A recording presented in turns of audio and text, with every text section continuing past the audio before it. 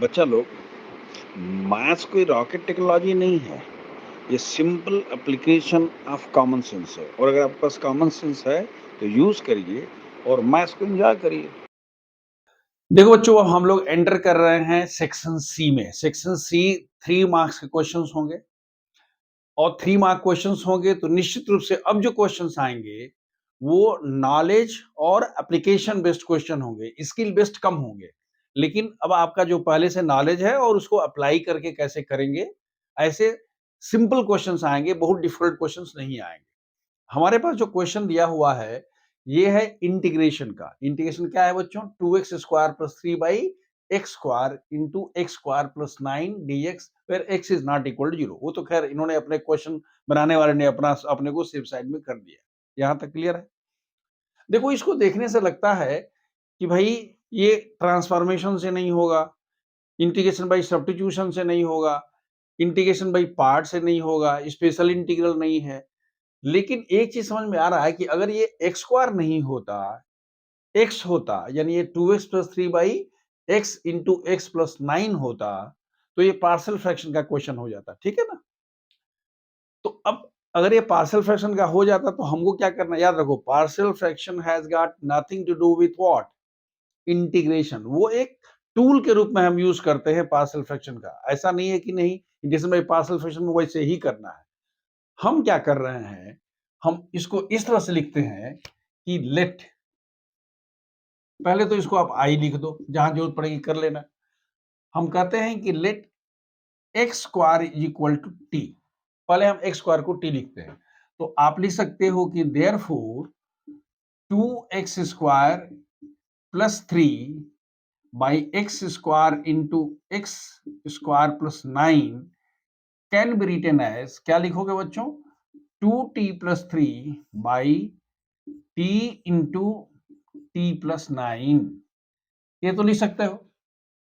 जो ही आपने इसको लिखा तो आपको एक चीज समझ में आ गया कि ये वाला जो है, मैंने क्या बताया था, ये पार्शियल फ्रैक्शन से हो जाएगा। तो पहले हम इसको पार्शियल फ्रैक्शन से अलग अलग कर लेते हैं, फिर बाद में देखेंगे कैसे इंटीग्रेट होगा। हमारी बात समझ आ रही है? मतलब ये हुआ कि नाउ मैं क्या लिख रहा हूं, ध्यान से देखना। Let 2t+3/t into t plus 9 is equal to, देखो क्या है बच्चों, ये लीनियर और नॉन रिपीटेड है, तो क्या लिखोगे यहां पर? a/t plus b/t+9। इसको मान लो कि ये 1 है। भाई पार्शियल फ्रैक्शन तो यही है, पार्शियल फ्रैक्शन करते हैं। इसका मतलब ये हुआ कि अगर आप t इंटू टी प्लस 9 से मल्टीप्लाई कर दो, जो हमेशा करते हो, सिंपलेस्ट वाला है, तो उसमें क्या होगा बच्चों? वो होगा 2t+3। आप इसे मल्टीप्लाई कर रहे हो तो यहां पर बचेगा a इंटू टी प्लस 9 और यहां होगा b इंटू टी। ये हो गया तुम्हारे पास क्या? 2। मतलब आपने क्या किया बच्चों? t इंटू टी प्लस, जो पार्शियल फ्रैक्शन वाला तरीका होता है, उसे आपने मल्टीप्लाई करके यहां तक पहुंच गए। अब जब यहां तक पहुंच गए तब हमको क्या निकालना है? a और b का। दो तरीका है, या तो हम t और कांस्टेंट टर्म के कोफिशिएंट को, t के कोफिशिएंट और कांस्टेंट टर्म को कंपेयर करके a b का मान निकाल लेंगे, या दूसरा तरीका होता है जिसे a निकालना है तो हम कहते हैं put t is equal to 0 into equation number 2। 2 में आप t का मान, देखो a निकालना है तो आपको t का मान 0 करना पड़ेगा। वी गेट, क्या मिलता है बताओ जरा तो? t का मान 0 है तो क्या मिलेगा बच्चों? यहां पर मिलेगा 3। यहाँ t का मान 0 तो यहाँ क्या होगा? 9a। ये वाला तो क्या हो गया? 0 हो गया। यानी यहां से आपने a का मान निकाल लिया 1/3। a निकल गया। देन हम कहते हैं put t plus 9 is equal to 0 कहां? Into equation number 2। अगर b निकालना है तो t प्लस 9 यानी t इज इक्वल टू -9। जब t इज इक्वल टू -9 रखोगे तो ध्यान से देखो यहाँ क्या है, या 9 दूना 18 तो -18। देखो t का मान क्या होना है? बेसिकली ये तुम्हारे पास क्या है बच्चों? t का मान -9 है, तो -9 जब इसमें रखोगे तो 9 दूना 18 प्लस 3 कितना हो? -15। इसका मतलब ये हुआ कि वी गेट, क्या मिलता है बच्चों? -15 इज इक्वल टू, ये वाला 0 हो गया और यहाँ क्या मिलेगा, यहाँ मिलेगा माइनस टी का मान आप क्या लिख रहे हो, -9, तो आप क्या लिखोगे, -9b। तो यहां से ये माइनस माइनस प्लस हो गया, 3 से कैंसिल हो गया, तो b का मान कितना हो गया बच्चों, b का मान हो गया 5/3। दो चीजें समझ में आ गई। अभी आपने सिर्फ जो दिया हुआ रेशनल फंक्शन था या जिसको इंटीग्रेट करना था, हमने उसको क्या लिख दिया, p मान करके, और पार्शियल फ्रैक्शन के रूप में ला दिया, और वहां a और b का पार्शियल फ्रैक्शन का काम खत्म हो गया। अब देखो, पहले यहां तक तो देख लो कि नंबर मिलेगा कितना। अगर आपने ये वाला मान लिया है, सिर्फ x² इक्वल t मान लिया है, तो आपको आधा नंबर तो इसी का मिल जाएगा। और ए बी का मान निकाल लिया है, तो इसकी वैल्यू मिल जाएगी 1 मार्क। बाई चांस अगर इसमें एक सही है एक गलत हो गया, तो अब वो डिपेंड करेगा किस पर, एग्जामिनर के मर्जी पर। लेकिन जो मार्किंग स्कीम दी गई है सीबीएसई की, उसके अनुसार जब दोनों सही होगा then only you will get 1 mark. लेकिन कभी कभी एग्जामिनर दयावान होता है, एक सही है दूसरा गलत है, तो एक एक उसका आधा नंबर दे देगा। अब देखो, आपने ए और बी की वैल्यू निकाल लिया। अगर ए और बी की वैल्यू निकाल लिया, तो बेसिकली ये वाला हम इसी को यूज करते हैं। तो अब हम कहने जा रहे हैं, अब ध्यान से देखो, आप क्या लिख सकते हो, लिख सकते हो बेसिकली ये क्या है, therefore equation number 1 can be written as, आप इसको क्या लिख सकते हो बच्चों, इसको लिख सकते हो। अब हम इसको अपने असली फॉर्मेट में लेके आते हैं, 2x² + 3/x² into x² + 9 is equal to A का मान, ए का मान कितना होगा बच्चों, 1/3 और into 1 by how much, x²।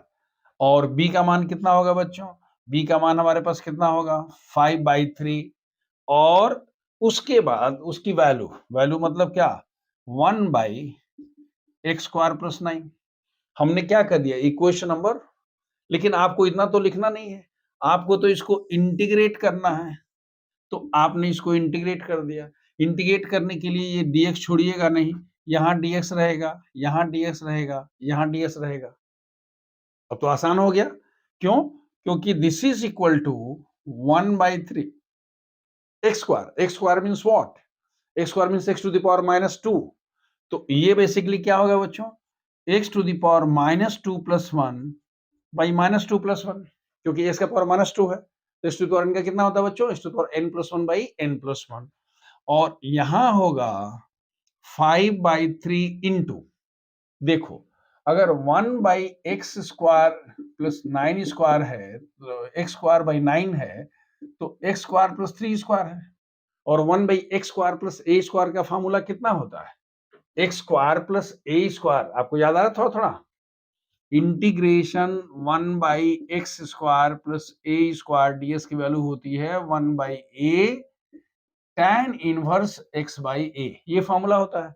तो यहां पर a का मान कितना है, यहाँ a का मान है 3², तो इसकी वैल्यू कितनी हो जाएगी, इसका मतलब होगा कि अगर इसका इंटीग्रेशन करोगे तो होगा 1/3 tan inverse x/3।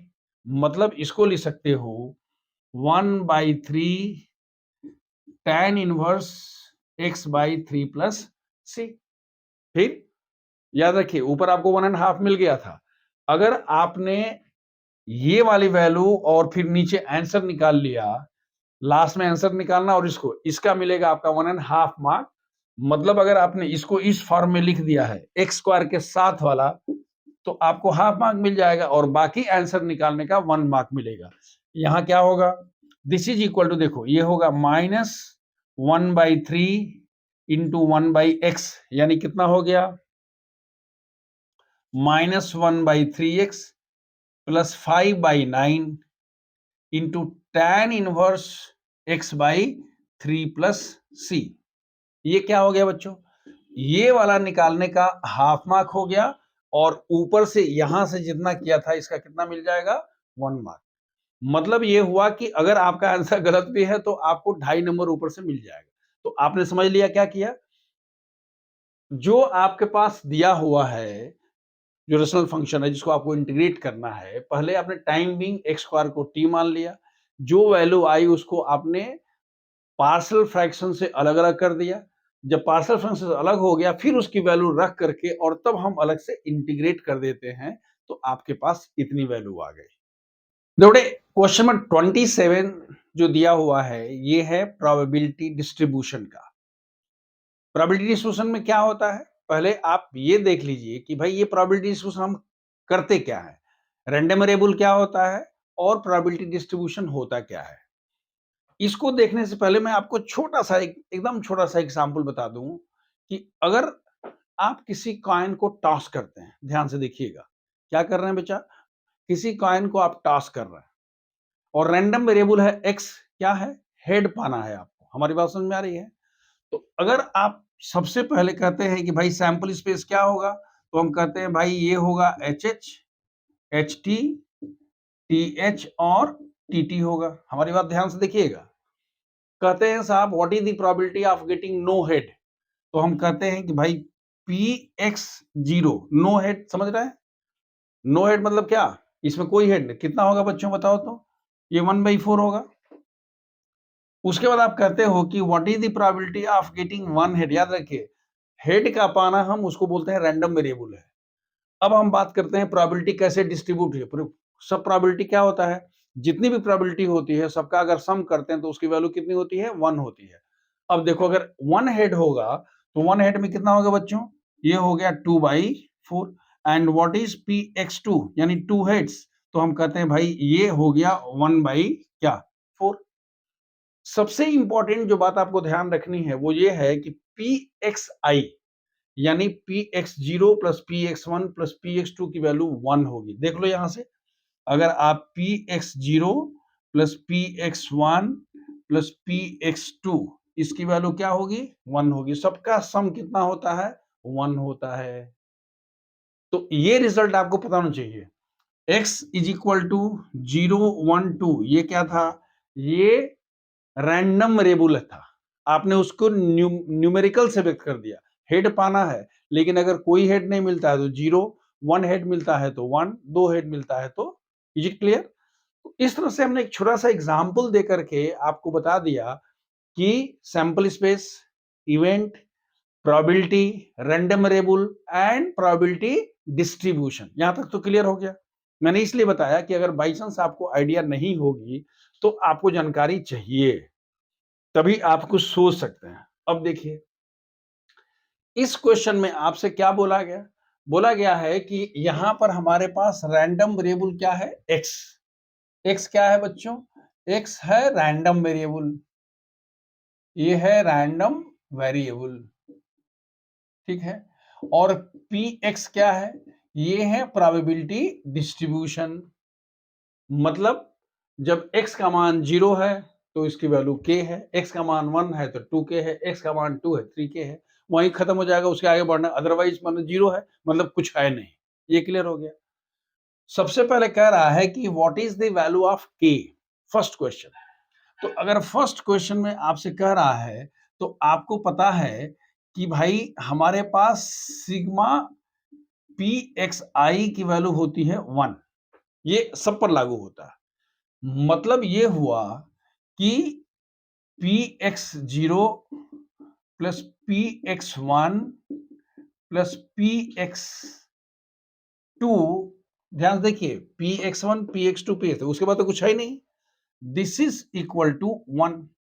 P x zero कितना है बच्चों, ये दिया हुआ है के, ये कितना दिया है 2k, ये कितना दिया है 3k इज इक्वल टू 1, यानी यहां से 3 2 5 एक कितना जी 6k इज इक्वल टू 1, यानी k का मान कितना निकल गया 1/6। पहला तो क्लियर हो गया। अब दूसरा देखिए, सेकेंड क्वेश्चन है कि भाई हमारे पास पी एक्स लेस देन 2 है, p less than x then 2 क्या है भाई, लेस देन 2 तो पी एक्स जीरो और पी एक्स वन है, तो उसको हम क्या लिखेंगे, this is equal to p x zero plus p x one. What is p x zero, p x zero का मान कितना है, या तो वहां से नहीं तो यहां से लिख दीजिए, ये k है और दूसरा वाला क्या है जी 2k है, यानी हो गया 3k, यानी 3 इंटू 1/6 इज इक्वल टू कितना हो गया 1/2। तो एक वैल्यू तो आपकी ये हो गई। और तीसरा जो इसमें पूछा गया है कि what is the value of p x greater than 2, कुछ है ये नहीं है, तो इसको हम क्या लिख देंगे, दैट इज इक्वल टू 0। अब देखिए, जब हम मार्किंग स्कीम की बात करते हैं कि भाई हमारे पास मार्क्स कैसे मिलेंगे, तो मार्क्स पाने के लिए आपको सबसे पहले क्या लिखना है, सबसे पहले अगर आप ये वाला लिख लेते हैं, याद रखिए sigma p x i this is equal to, यानी के का मान अगर 1/6 आ जाता है यहां से, तो ये वैल्यू कितनी हो गई, 1 मार्क हो गई। पहला हमने क्या किया, ये हमने पी आपसे के पूछा है, के पूछने के लिए इन्होंने क्या कहा है कि सिर्फ यहीं तक, ये वाला लिख देने के लिए इन्होंने कह दिया है 1 मार्क है, इसकी वैल्यू निकालने के लिए कह दिया 1 मार्क है, और इन दोनों के लिए उन्होंने कह दिया है कि ये 1 मार्क है। हमारी बात समझ में आ रही है? सिर्फ ये वाला लिख दिया आपने तो इसकी वैल्यू कितनी हो गई, 1 मार्क। वैल्यू को रख करके के निकाल करके उसकी वैल्यू कर दिया तो 1 मार्क, और इन दोनों को कर दिया तो 1 मार्क। ये अलग बात है कि लोग हो सकता है कि इसका हाफ और हाफ कर दे, हालांकि लेकिन ये उतना वायबल नहीं होगा कि हाफ एंड हाफ, लेकिन यही पूरे मार्क्स को डिवाइड किया गया है। इसको देखने से पहले हमने आपको क्या बताया कि भाई हमारे पास रैंडम वेरिएबल क्या होता है, प्रोबेबिलिटी डिस्ट्रीब्यूशन क्या होता है, और सिग्मा पी एक्स आई की वैल्यू कितनी होती है, 1 होती है। मैंने वो थ्योरी आपको इसलिए एक एग्जांपल देके समझा दिया ताकि अगर आप नहीं भी प्रोबेबिलिटी पढ़े होंगे और ऐसे क्वेश्चन कोई भी आएंगे तो you can always do it. देखो एक क्वेश्चन इंटीग्रेशन का है, बहुत प्यारा सा सवाल है लेकिन थोड़ा ट्रिकी है। आपसे कह रहा है कि integration under root x by 1 minus x to the power 3 dx। देखिए फिर इंटीग्रेशन बाई सब्स्टिट्यूशन का लग रहा है कि होना चाहिए, ट्रांसफॉर्मेशन वगैरह का नहीं है, स्पेशल इंटीग्रल का नहीं है, लेकिन ये थोड़ा सा ट्रिकी क्यों है, आपको इसमें यही स्किलफुल क्वेश्चन हुआ। क्या होगा बच्चों, देखो एक चीज आपको पता है कि भले ही ये इतना दिखाई दे रहा है, लेकिन आप हमने इसको आई मान लिया, let's suppose that this is I, तो इसको आप कहते हो इंटीग्रेशन। ध्यान से देखो, इसको आप लिख सकते हो under root x and divided by 1 minus x to the power 3 dx। Under root x दिखाई दे रहा है आपको। अब जो हम कह रहे हैं उसको आप ध्यान से देखिए, अगर आप लिखते हो कि put x to the power, ध्यान से देखो मैं क्या लिख रहा हूं, x to the power 3/2 is equal to T.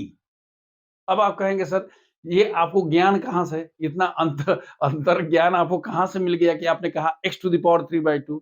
मैं हमेशा कहता हूं एक स्टेप आगे सोचो, x टू द पावर 3/2 को जब डिफरेंशिएट करोगे तो कितना होगा बच्चों, 3/2 x टू द पावर। देखो अगर d d x of x to the power 3/2 करते हो तो होगा 3/2 x to the power 3/2 minus 1, यानी 3/2 एक्स टू द पावर कितना होगा 1/2, यानी अंडर रूट एक्स तुमको मिल जाएगा। हमारी बात समझ में आ रही है? आपको ये तो सोचना ही पड़ेगा। क्लियर है?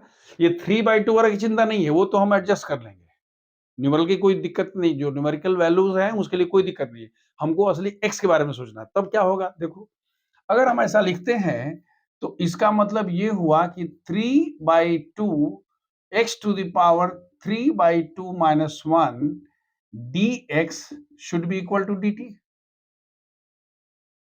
मतलब ये हुआ कि 3/2 into x to the power 1/2 dx is equal to how much, dt। इसका मतलब ये हुआ कि under root x d x, ध्यान से देखो, under root x d x is equal to 2/3 dt।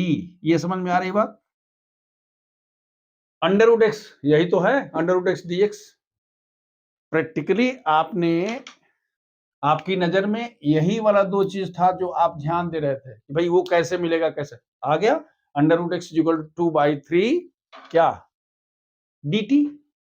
अब तो अब लिख सकते हो therefore what is the value of I, under root x ds का मान पता हो गया तो इसको आपने कह दिया भैया ये हो जाएगा 2/3, अंडर रूट एक्स ds को आप लिख सकते हो dt, और नीचे हमारे पास कितना हुआ अंडर रूट 1 माइनस, ध्यान से देखो x टू द पावर आपके पास क्या है, आपको समझ में आ रहा है, यहां पर क्या है, ये है x टू द पावर 3/2 का मान t है।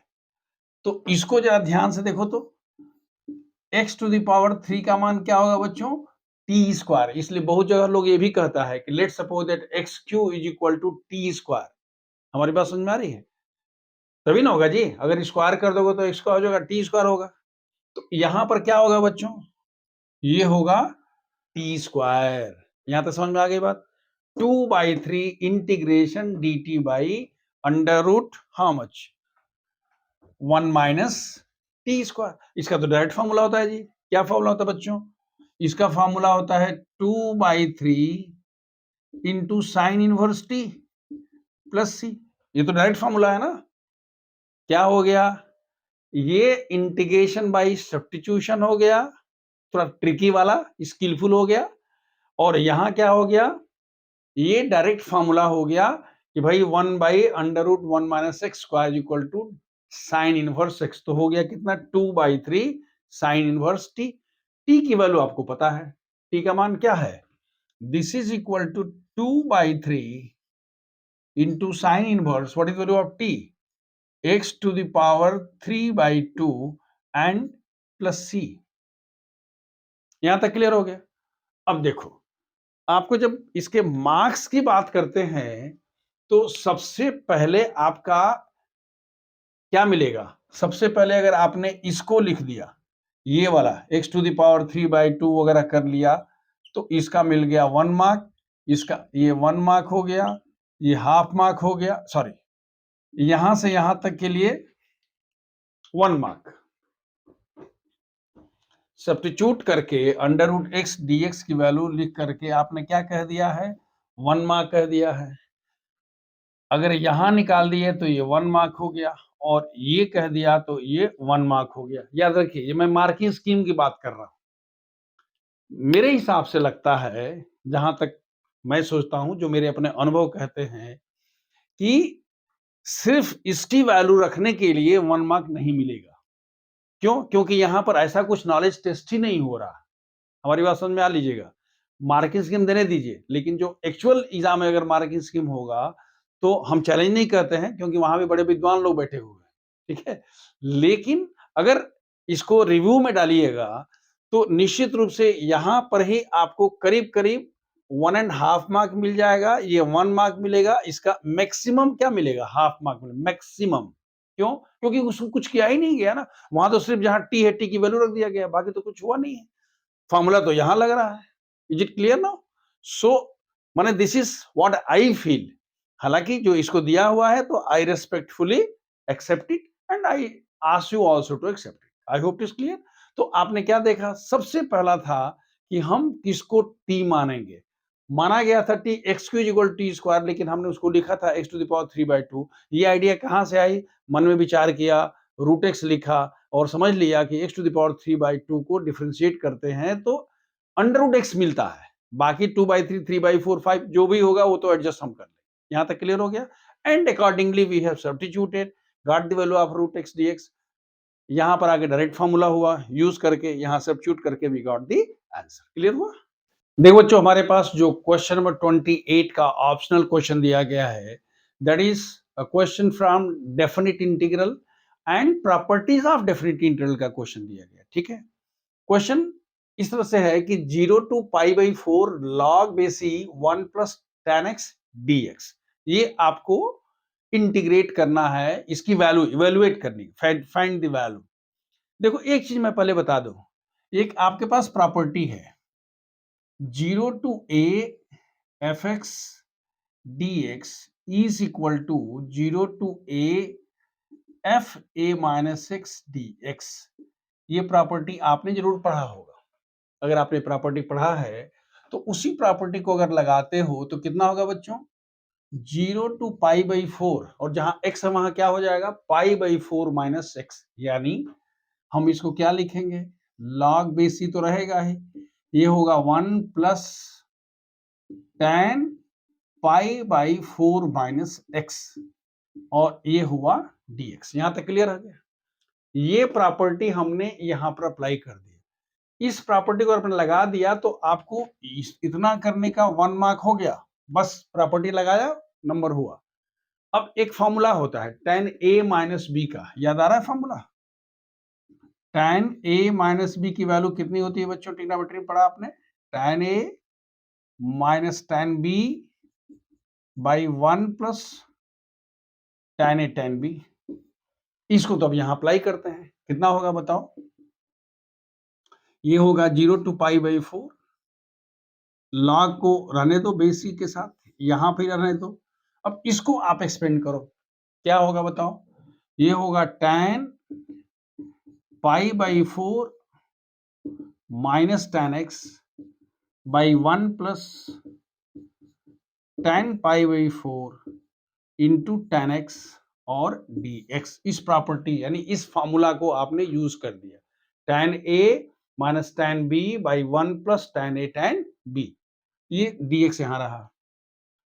अब देखो ये हो गया 0 टू पाई बाई 4, ये हो गया log, और ये हो गया 1 प्लस tan पाई बाई 4 की वैल्यू कितनी होती है? 1। tan 45 डिग्री का मान 1 होता है, तो कितना होगा बच्चों? ये होगा 1 minus tan x by 1 plus tan x और dx। जब आप यहां तक पहुंच गए तो अब इसको आप क्या लिख सकते हो? इसको सिंप्लीफाई करके लिखोगे 0 टू पाई बाई 4 log, देखो बेटा इसको इधर लेके आओ, 1 plus tan x plus 1 minus tan x by 1 plus tan x और dx। ये tan x कैंसिल। जब आप यहां तक पहुंच गए तो करीब करीब यहां तक पहुंचने का, यानी इसके बाद जो आपने किया है इसके लिए 1 मार्क मिल जाएगा। एक स्टेप और लिखना पड़ सकता है, वो डिपेंड करता है, लेकिन उन्होंने ऐसे ही दिया हुआ है कि भाई इतना लिखने का। थोड़ा सा और हम आगे बढ़ा देते हैं, this is equal to 0 to pi by 4, यहां कितना होगा बच्चों? देखो tan x कितना हुआ? 2 बाई 1 प्लस क्या हुआ? tan x और dx। अब यहां से जब आप बढ़ाते हो, this is equal to 0 to pi by 4, ये हो गया log 2 minus log 1 plus tan x dx। ये बेस ई हर जगह क्या फॉर्मूला लगाया बच्चों? ये जो फॉर्मूला होता है log m by n is equal to, याद आ रहा? log m minus log n formula से यहां तक करने के लिए आपको 1 मार्क, जो मैंने ऊपर बताया था ना, वहां से लेकर के प्रॉपर्टी लगाने के बाद से लेके और यहां तक लिखने का कितना हुआ? 1 मार्क हुआ। अब देखिए ये बेसिकली किसकी वैल्यू है? आई की वैल्यू है, तो इसको आप और लिख सकते हो। देखो ये log 2 बेस ई, ये सब क्या है? कांस्टेंट है, बाहर ले लिया। यहां क्या हो गया बच्चों? 0 टू पाई बाई 4 हो गया, यहां पर क्या हो गया? dx हो गया। यहां क्या हो गया? 0 टू पाई बाई 4 हो गया। ये क्या हो गया? log हो गया। ये हो गया 1 प्लस tan x और ये हो गया dx। फिर ये बेसिकली क्या है? This is what we started with, जिससे हमने स्टार्ट किया था, हम तो वहां पहुंच ही गए। तो अगर हम उसको पहुंच गए तो हम इसको लिख सकते हैं this is equal to log 2, और इसका इंटीग्रेशन कितना होगा बच्चों? x वैल्यू क्या होगी? 0 टू पाई बाई 4, लेकिन ये वाला हो गया माइनस आई, इसी से स्टार्ट किया था। आप लिख सकते हो शुरू वाला में दिया हुआ है। तो अगर ये आई हो गया तो इस आई को आप कहां ले, याद रखो ये आई की वैल्यू है, इस आई को इधर लेके आओगे तो कितना होगा बच्चों? 2i is equal to log 2 base e, और इसकी वैल्यू कितनी होगी जी? पाई बाई 4 माइनस 0, यानी ये pi by 4 log 2 base e is equal to how much? 2i। Therefore i is equal to pi by 8 log 2 base e. Here is the answer. इतना करने का आपको मिलेगा कितना? 1 मार्क। ये डिपेंड करता है, जब मार्किंग स्कीम डिस्कस होती है तो हो सकता है कि इस 1 मार्क को लोग हाफ और हाफ में कर दे। बहरहाल अभी मार्किंग स्कीम में ऐसा नहीं दिया गया है। आपको जब इतना मिलेगा, once you get the answer then only you will get the full credit.